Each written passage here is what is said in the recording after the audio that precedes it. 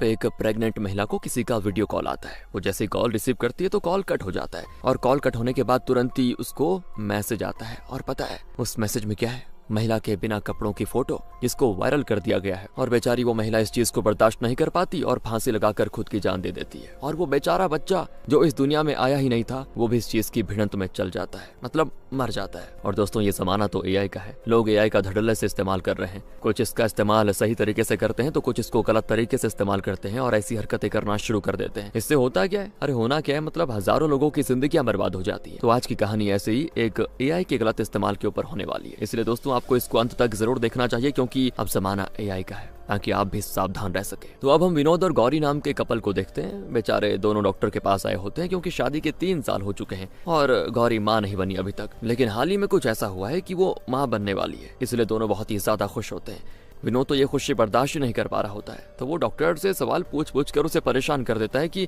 सब ठीक तो हो जाएगा ना, मतलब बच्चा सुरक्षित तो रहेगा, गौरी को तकलीफ तो नहीं होगी ना, कोई कॉम्प्लिकेशंस तो नहीं होंगे ना, वगैरह वगैरह। तो डॉक्टर भी कहती है अरे सब ठीक है भाई साहब, आप फिक्र मत करो, बस गौरी का ख्याल रखो, उसको टेंशन मत लेने देना। इस तरह विनोद और गौरी दोनों खुशी खुशी घर जा रहे होते हैं और गौरी अभी अपनी माँ के घर रहने आई हुई है दोस्तों। इसलिए विनोद भी काम से टाइम निकाल कर गौरी से मिलने आ जाता है। अब जरा मैं आपको विनोद के बारे में बता देता हूँ। विनोद एक फूड डिलीवरी कंपनी में काम करता है। हालांकि वैसे तो उसका ऑफिस वर्क है, लेकिन वही है कभी कभी हो जाता है फील्ड वर्क भी, वो भी करना पड़ जाता है। उसी कंपनी में उसका सीनियर गौरी का बड़ा भाई जितेश भी है दोस्तों। ऑफिस में भी ये दोनों बिल्कुल दोस्त की तरह रहते हैं और सारे काम को एक साथ मिलकर करते हैं। तो आज भी कुछ नए लड़के आए होते हैं जॉब की तलाश में, मतलब डिलीवरी मैन की जॉब के लिए। तो विनोद उनको गाइड करता है कि देखो हमारी कंपनी ऐसे काम करती है, यहाँ पे ये रूल्स है, वगैरह वगैरह। धीरे धीरे करते हुए समय बीतता है जहाँ गौरी 5 महीने की प्रेग्नेंट हो जाती है। अब विनोद की मदद करने के लिए गौरी एक रजिस्ट्री ऑफिस में काम भी करती है ताकि वो और विनोद दोनों मिलकर आराम से घर के जो भी खर्चे वो निकाल पाए। उसने और विनोद ने तो सारी तैयारियां भी कर ली हैं दोस्तों, मतलब आने वाले नए मेहमान के लिए। और दोनों इस खुशी के मौके को बहुत ही अच्छे से सेलिब्रेट करना चाहते हैं क्योंकि यार इतने सालों के बाद वो माँ बन रही है।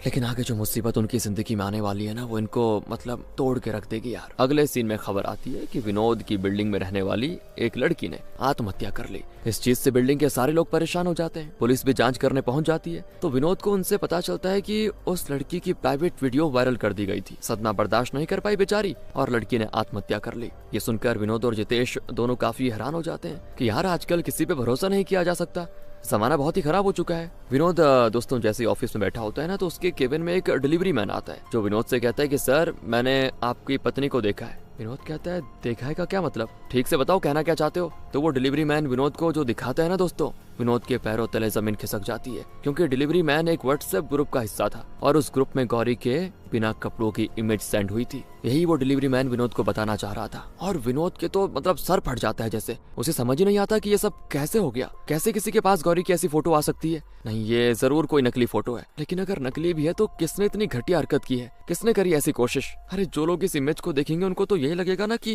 गौरी का चरित्र ठीक नहीं है। विनोद दोस्तों उसी टाइम घर आ जाता है। उसको तो मतलब समझ ही नहीं आ रहा था कि अब करे तो करे क्या करे। वो ये बात गौरी को तो बता नहीं सकता था, वरना वो तो बेचारी मर जाएगी टेंशन में। इसीलिए वो ग्रुप के एडमिन को कॉल करने की कोशिश करता है, लेकिन कोई कॉल नहीं उठाता। अब उसको परेशान देखकर जितेश कहता है क्या हो गया, इतने परेशान क्यों लग रहे हो, सब ठीक तो है ना। तो विनोद उसको भी वही फोटो दिखाता है और जितेश भी हैरान दोस्तों उसको देखकर। वो कहता है ये तो नकली फोटो है, चिंता मत करो यार, मेरा एक दोस्त है वो हैकर है, उसके जरिए मैं पता लगाने की कोशिश करता हूँ कि आखिर किसने ये ग्रुप बनाया और कहाँ से गौरी की ये फोटो आई। लेकिन हाँ तब तक गौरी को कुछ मत बताना। अगले दिन जितेश विनोद को डिटेल्स देते हुए कहता है एडमिन का नाम अनीश है, वो एक मोबाइल रिपेयर की दुकान चलाता है, पास ही में रहता है। मैंने अपने दोस्त से कहकर गौरी की फोटो ग्रुप से डिलीट करवा दी है, इसलिए सब ठीक हो जाएगा। और अगर तुझे ठीक नहीं लग रहा तो एक काम कर, पुलिस कंप्लेंट कर दे, वो लोग देख लेंगे फिर कि आगे क्या करना है। लेकिन यार विनोद पुलिस के पास जाकर इस मुद्दे को और ज्यादा लोगों तक नहीं पहुंचाना चाहता था, इसलिए वो डिलीवरी मैन का कपड़ा पहनकर अनीश के घर जाता है। और वहां आते ही वो पहले तो अनीश को साइड में लाकर खूब मारता है दोस्तों,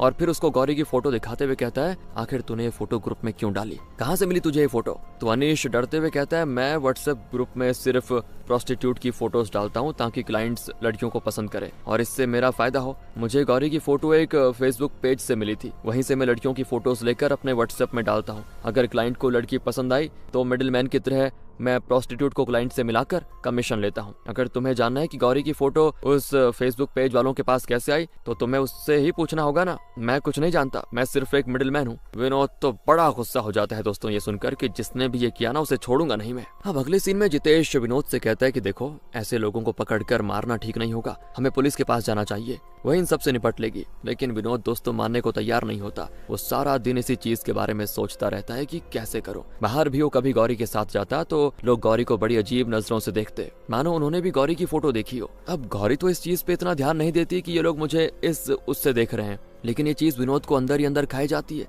इसी वजह से वो गौरी से भी ढंग से बात नहीं कर पा रहा होता है। उसकी यार हिम्मत ही नहीं होती अंदर से कि वो कैसे गौरी को ये सारी चीजें बताए। तो गौरी जब भी उसे उसकी परेशानी के बारे में पूछती तो वो सीधे कह देता अरे नहीं बस ऐसे ही सर दर्द हो गया है, तुम आराम करो कोई दिक्कत नहीं। पर गौरी समझ चुके थे कि कुछ तो बहुत बड़ी बात है जो विनोद छुपा रहा है। तो गौरी के सो जाने के बाद विनोद उसी फेसबुक ग्रुप को चेक करने लग जाता है ताकि देख सके कि आखिर इनके पास से गौरी की फोटो आई कहाँ से। और उस अनीश ने कहा था कि यहाँ पर अक्सर प्रोस्टिट्यूट की फोटोज होती हैं, इसीलिए विनोद उस ग्रुप में से गौरी की फोटो देखकर एडमिन को मैसेज करता है और उससे कहता है कि मुझे ये लड़की पसंद है, कहाँ मिल सकती है ये मुझे। तो एडमिन कहता है कि 10,000 लगेंगे, अगर दे सकता है तो मैं इस लड़की का बंदोबस्त करा दूंगा। विनोद हैरान दोस्तों, उसको समझ आ चुका था कि इनके पास गौरी तो होगी नहीं, लेकिन पैसे देने के बहाने वो उस एडमिन को पकड़ सकता है, इसीलिए वो पैसे देने के लिए तैयार हो जाता है और वो एडमिन उसको एक होटल के रूम नंबर पे बुलाता है। विनोद भी मान जाता है, वो फुल तैयारी में होता है ताकि एडमिन से गौरी की ऐसी फोटो बनाने का बदला ले सके। लेकिन तभी वहाँ पे गौरी आ जाती है जो उससे कहती है इतनी रात हो गई और अभी तक जाग रहे हो, देखो कुछ बात है तो मुझसे शेयर कर लो, तुम्हें ऐसे परेशान देखकर मुझे टेंशन होती है। विनोद अभी भी कहता है नहीं नहीं कुछ नहीं हुआ, तुम टेंशन मत लो और जाकर सो जाओ ना, मैं बिल्कुल ठीक हूँ।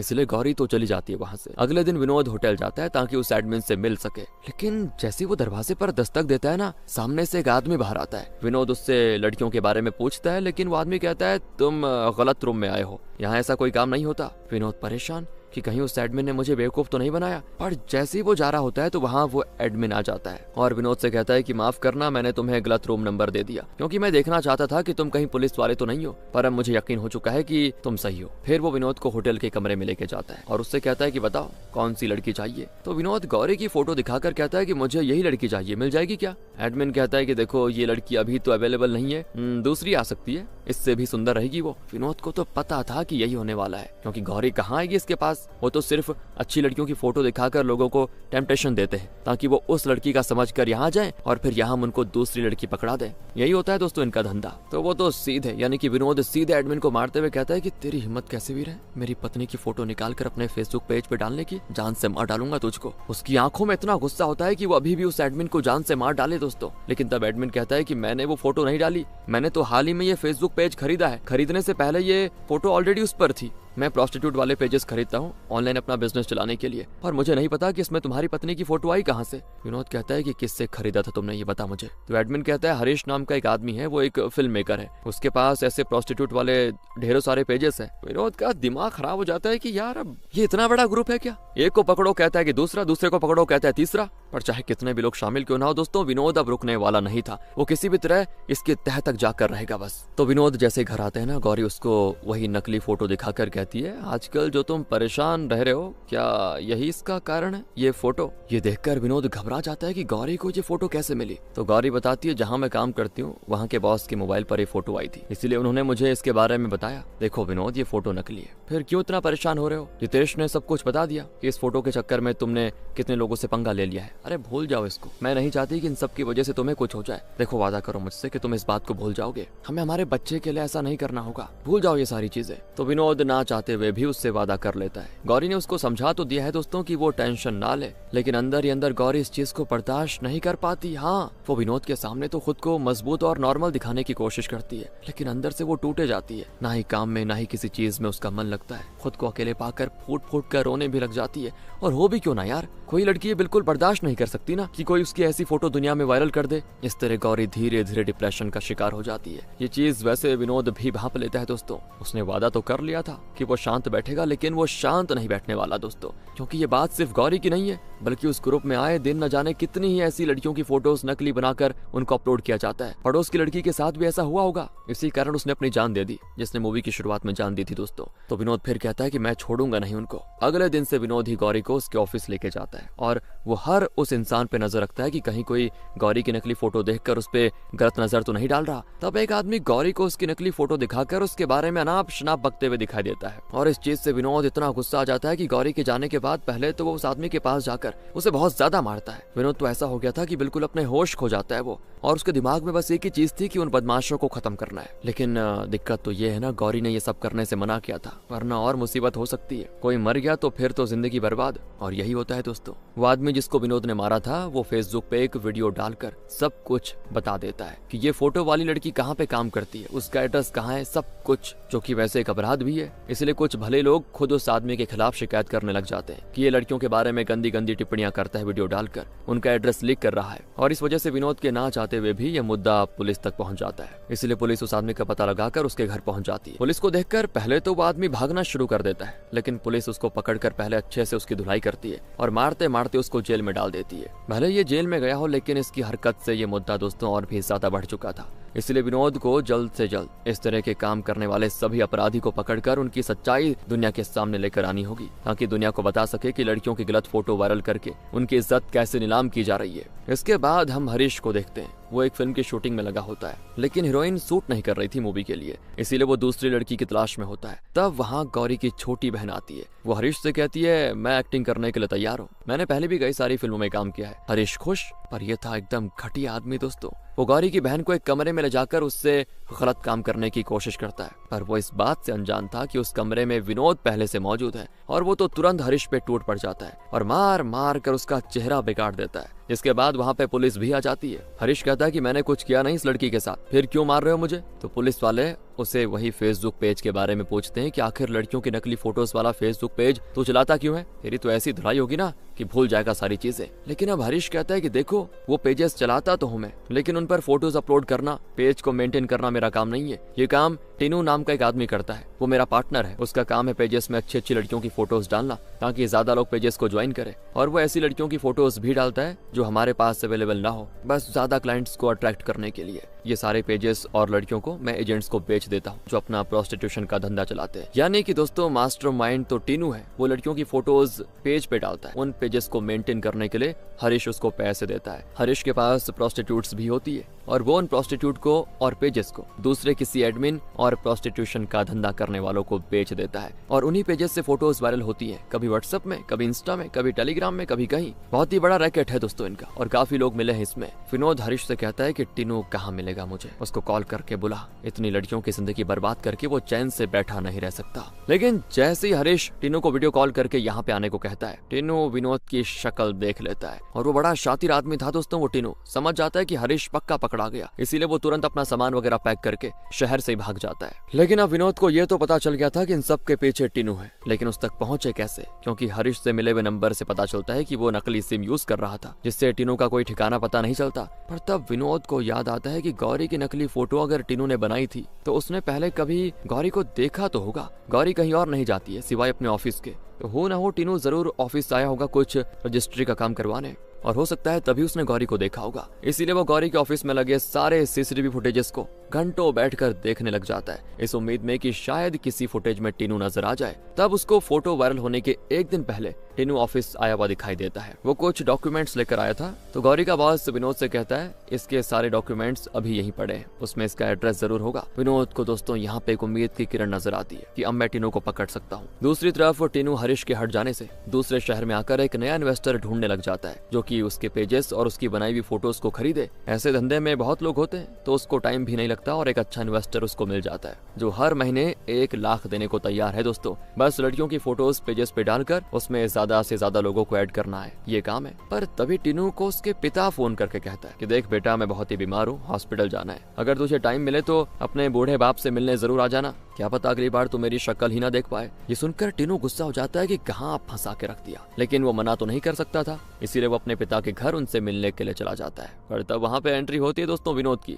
उसको देखकर तो टीनू के होश ही उड़ जाते हैं कि ये यहाँ पे कैसे पहुंच गया, इसको ये एड्रेस कैसे मिला। और यहाँ दोस्तों हमें पता चलता है कि टीनू के पिता बीमार नहीं है, उन्होंने बस नाटक किया था ताकि टीनू को यहाँ पे बुला सके। और विनोद को जब टीनू का एड्रेस मिला तो वो सीधे उसके पिता से मिलने पहुंच गया और सारी बातें उसको बता दी कि तुम्हारा बेटा ये हरकतें करता है। बेचारे पिता का भी दिल टूट गया कि मेरे बेटे ने कितनी लड़कियों के साथ इज्जत नीलाम कर दी उनकी। इसीलिए वो विनोद का साथ देने के लिए मान गया दोस्तों, ताकि टीनू को पकड़ सके। टीनू जैसे भागने की कोशिश करता है ना, विनोद उसको उसकी गर्लफ्रेंड की फोटो दिखाकर कहता है कि मुझे पता है जिंदगी में अगर तुझे किसी इंसान से मतलब है तो वो सिर्फ यही लड़की है, ये अभी मेरे कब्जे में है, सुन मेरी बात, और अगर तूने मेरा कहा नहीं माना ना तो इसको जान से मार डालूंगा। ये सुनकर टीनू घबरा जाता है और विनोद के साथ जाने के लिए तैयार हो जाता है। गाड़ी में जितेश भी मौजूद है दोस्तों। वो टीनू से कहता है तेरी गर्लफ्रेंड सच में मस्त दिखती है यार, उसकी फोटो कब बनाकर पेज में अपलोड करेगा तू? चल कोई बात नहीं, तू नकली बनाता है ना, हम उसकी असली फोटोज और वीडियोस वायरल कर देंगे, तब बड़ा मजा आएगा ना तेरे को। तो तब टीनू कहता है कि प्लीज ऐसा मत करो, उसकी कोई गलती नहीं है, तुम जो सजा देना चाहो मुझे दे दो, मैं भुगतने को तैयार हूँ। तो ये सुनकर जितेश उसको बिना कपड़े के पूरे शहर में घूमने को कहता है, वरना वो उसकी गर्लफ्रेंड को मार देगा।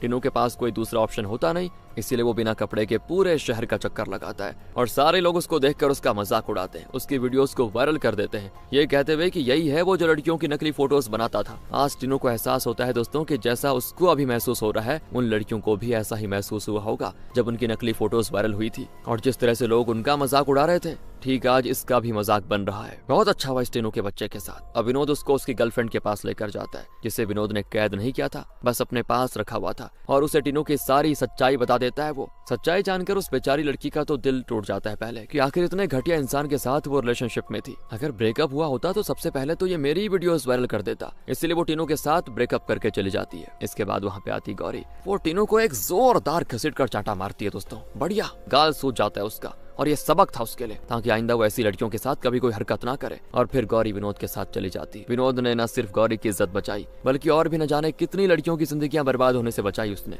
और न आज गौरी का वही हाल होता जो मूवी की शुरुआत वाली महिला का हुआ था, आत्महत्या। लेकिन दोस्तों आज भी इस तरह के घटिया लोग मतलब बहुत ज्यादा घटिया लोग मौजूद हैं दुनिया में जो ऐसी हरकतें करते हैं। और दोस्तों मैं तो यही कहूंगा, अगर आपके पेरेंट्स बहुत ही ओल्ड जनरेशन के हैं, मतलब उनको ये टेक्नोलॉजी के बारे में उतनी जानकारी नहीं है, तो मत बनाइए उनका फेसबुक और इंस्टाग्राम, व्हाट्सएप ही ठीक है। बाकी मिलता है अगली वीडियो।